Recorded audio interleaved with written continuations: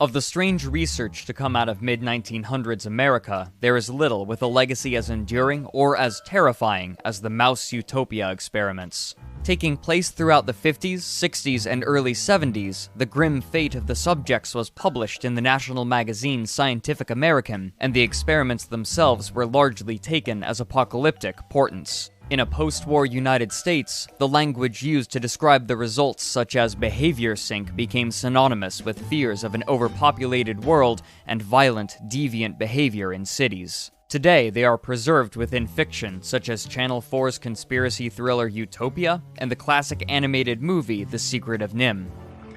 Our world began changing. So what were the mouse Utopia experiments?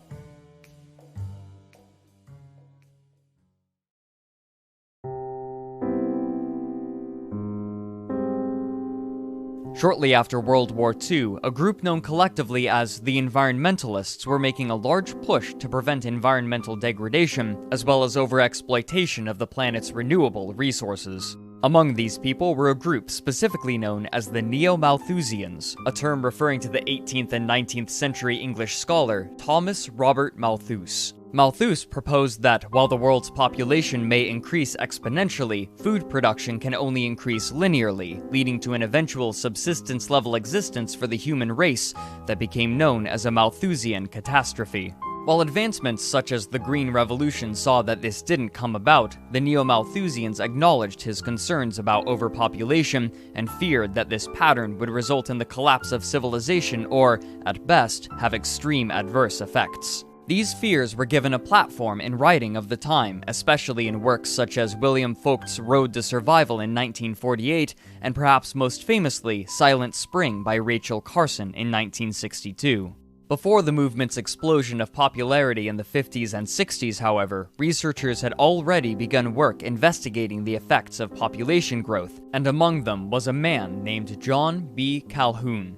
Born in 1917, Calhoun took an early interest in science, specifically ornithology, publishing his first paper on birds when he was 15, but over time, his interest would change. By the time he received his PhD, his focus had turned to ethology, the study of animal behavior. When his education was concluded, he moved with his family to Towson, Maryland, to begin research at Johns Hopkins University in nearby Baltimore, but the research itself would be conducted much closer to home. In 1947, shortly after he arrived, he approached his neighbor about using some of their neglected property for an experiment. The scope would be massive, and according to Calhoun, his neighbor probably didn't expect such a scale when they agreed to let him use the forested area.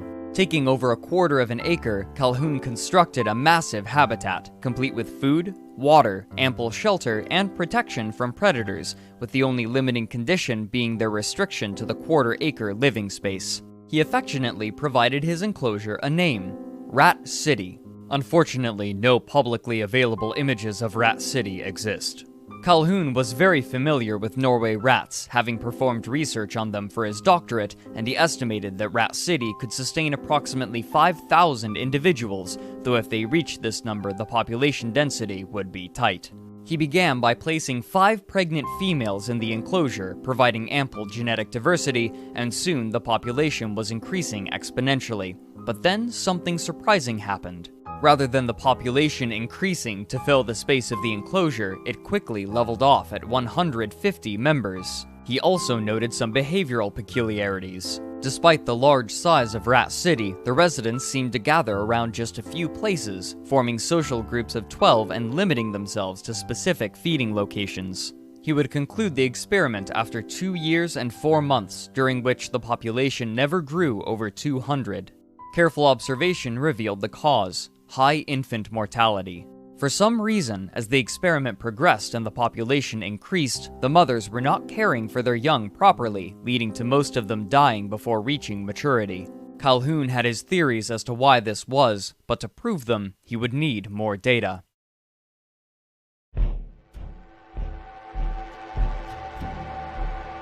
In 1954, about 5 years after his initial experiment concluded, he was hired by the National Institute of Mental Health, often shortened to NIMH.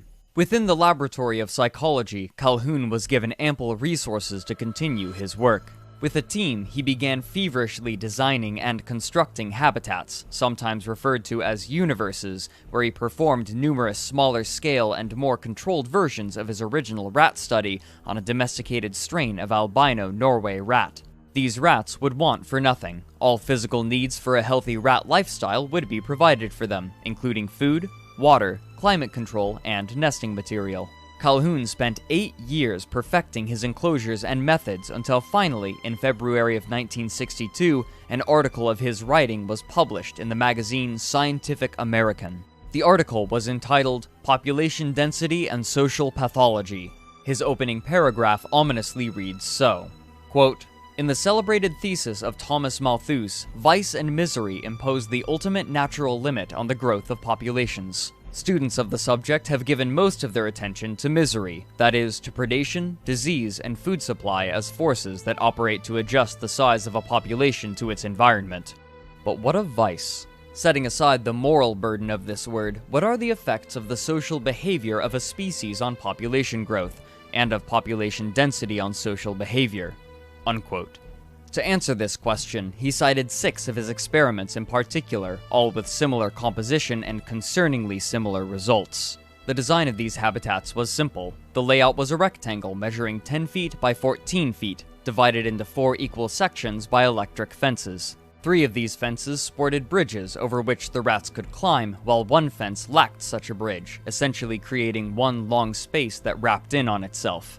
Each section was equipped similarly, with a food hopper, water, and nesting areas accessible by spiral staircases. But Calhoun, leveraging his experience with the rats, made special changes to encourage specific behaviors. He enticed the rats to use one of the center pens by making the spiral staircase to that pen's living spaces shorter than the others, though he admits this was a comparatively small factor. But the more insidious change was to their food supply.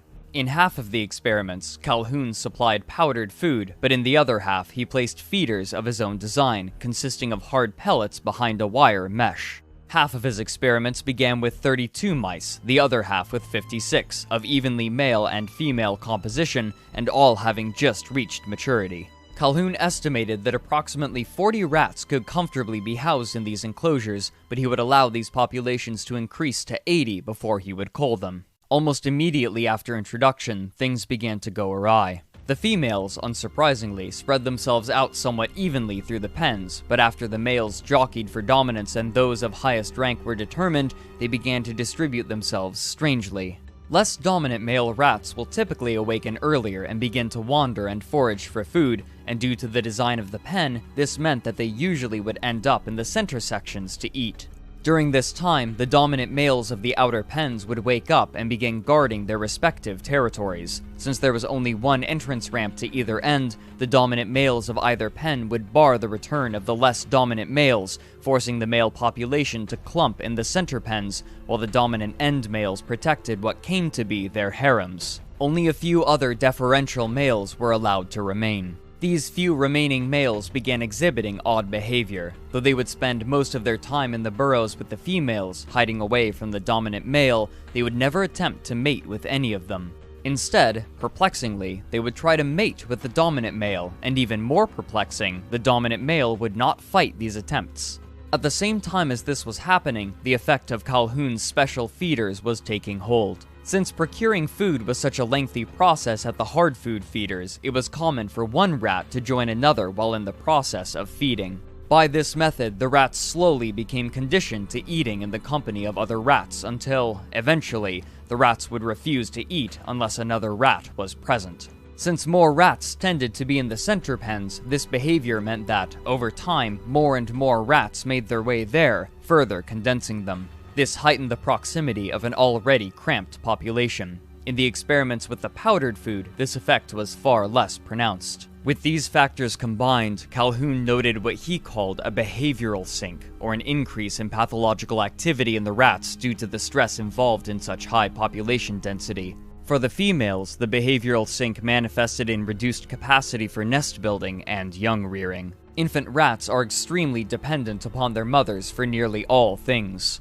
However, under the effects of the behavioral sink, the mothers would often be interrupted in their nest-building practices to engage in some other social activity. As time wore on, this led to sparser nests which could not house the young properly. If a mother decided to move her litter, she often would only move some of them or scatter them about the pen in separate locations. What's more, when female rats are ready to mate, the males can sense it, and the enclosed space meant that a female could not escape the continuous advances of the males during these periods. Even when they would enter their nests for a reprieve, they would be followed in and harrowed. These factors together resulted in an extremely high infant mortality rate, in one case reaching 96%. For the males, this manifested in different ways. The dominant males would occasionally lash out in violence against the other members of the pen, including infants, often biting and wounding their tails. Among the lower class males were three groups.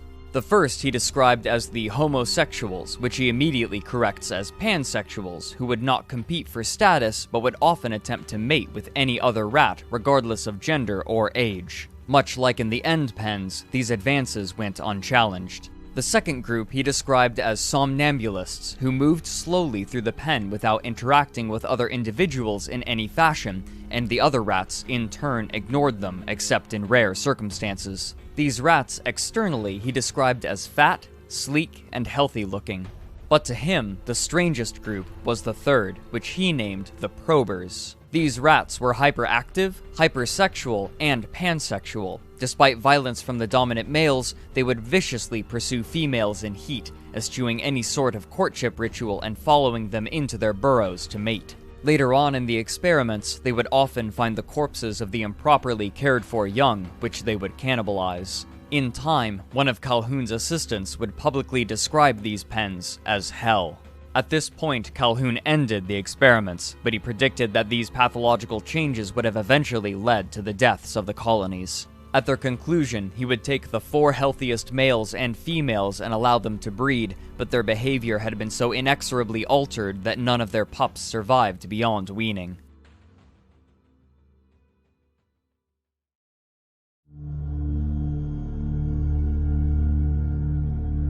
This short article enraptured its US audience, and the effects on both the scientific world and popular culture were immediate. People began to relate Calhoun's rat experiments to modern city life, and in an era where fear of social deviance was reaching an extreme high, it was largely seen as a reflection of the current time and where society could be heading, egged on by Calhoun's provocative language and allegorical design of his test environment, made to look like a city.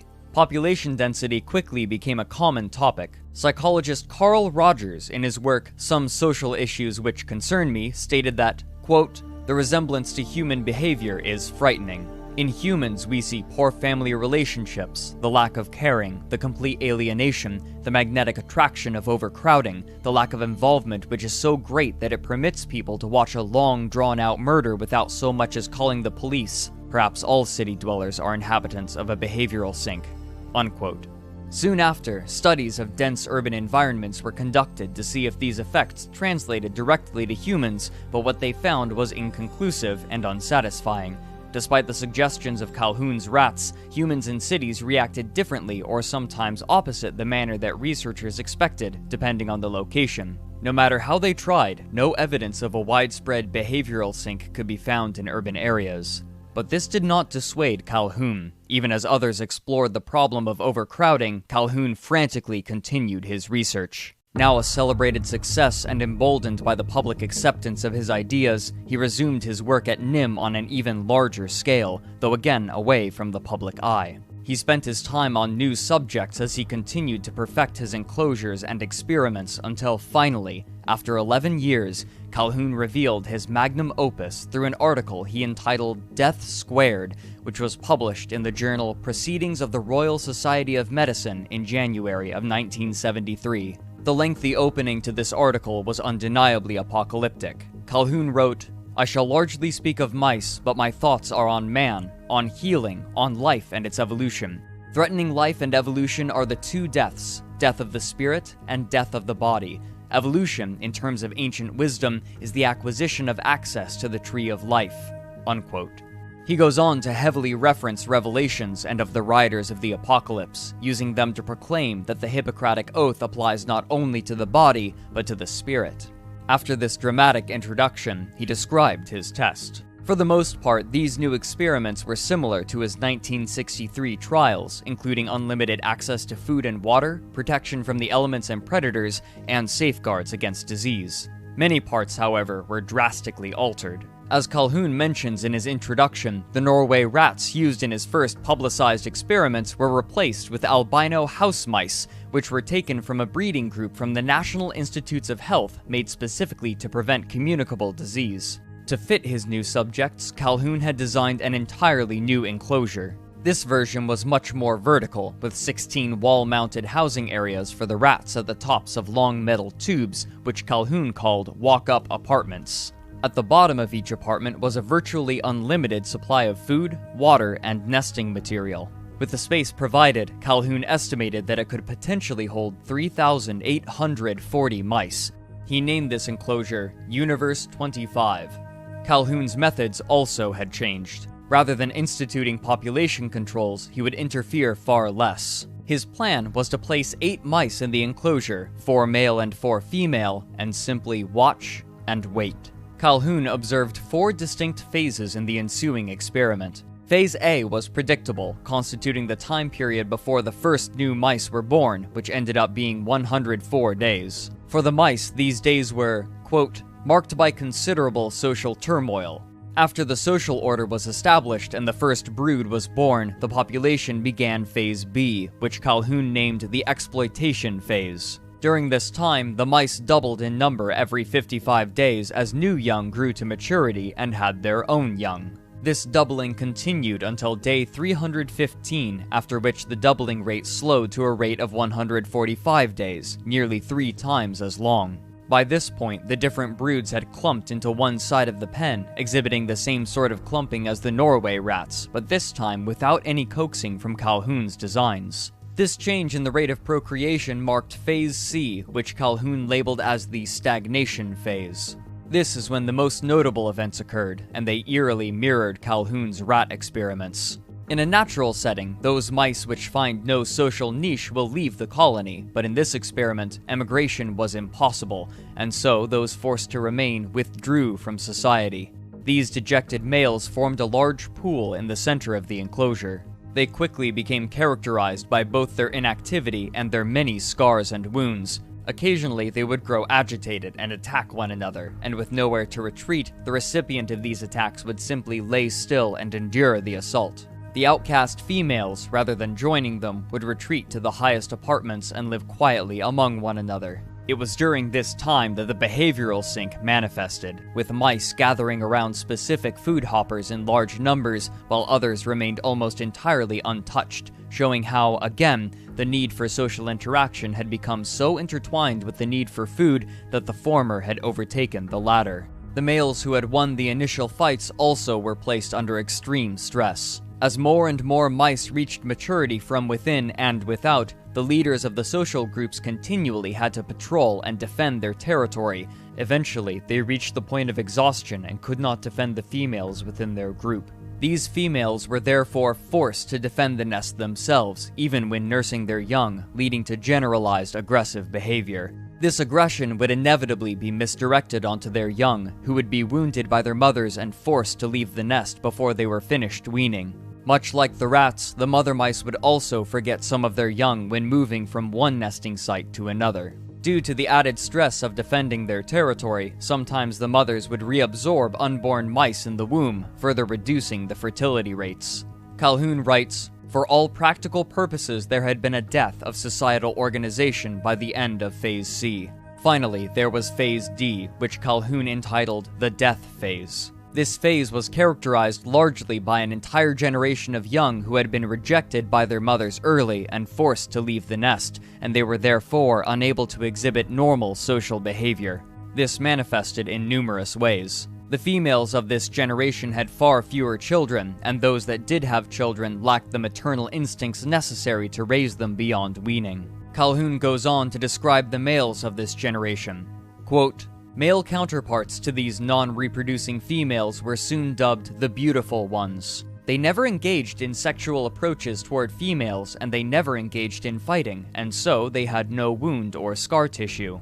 Thus, their pelage remained in excellent condition. Their behavioral repertoire became largely confined to eating, drinking, sleeping, and grooming, none of which carried any social implications beyond that represented by contiguity of bodies."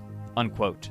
As the last mice with reproductive instincts aged beyond their fertility, Calhoun declared that the last male would die around day 1780 of the experiment, effectively rendering the colony dead as it would be unable to produce any more young. His present tense language implied that, when the article was published, the colony was still technically alive, though its final fate was practically sealed.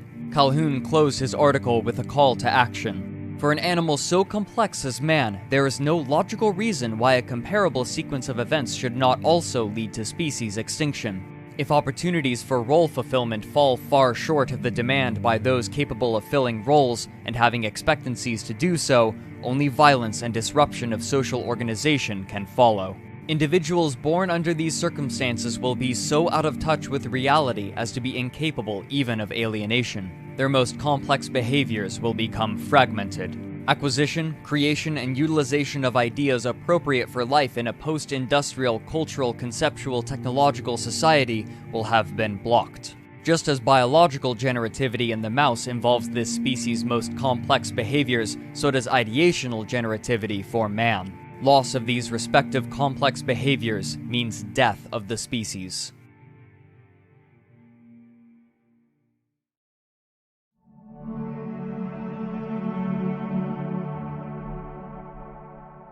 But even as Calhoun was performing his research on mice, others had been at work applying his theories to humans. By this point, researchers had moved to more specific locations of overcrowding rather than the generalized location of cities, testing the effects on students in dormitories and patients at hospitals, but the most fruitful example they discovered was in prisons. Paul Paulus from the University of Texas wrote that prisons were the perfect place for this sort of study, describing the social interaction between inmates as intense, prolonged, inescapable, and realistic.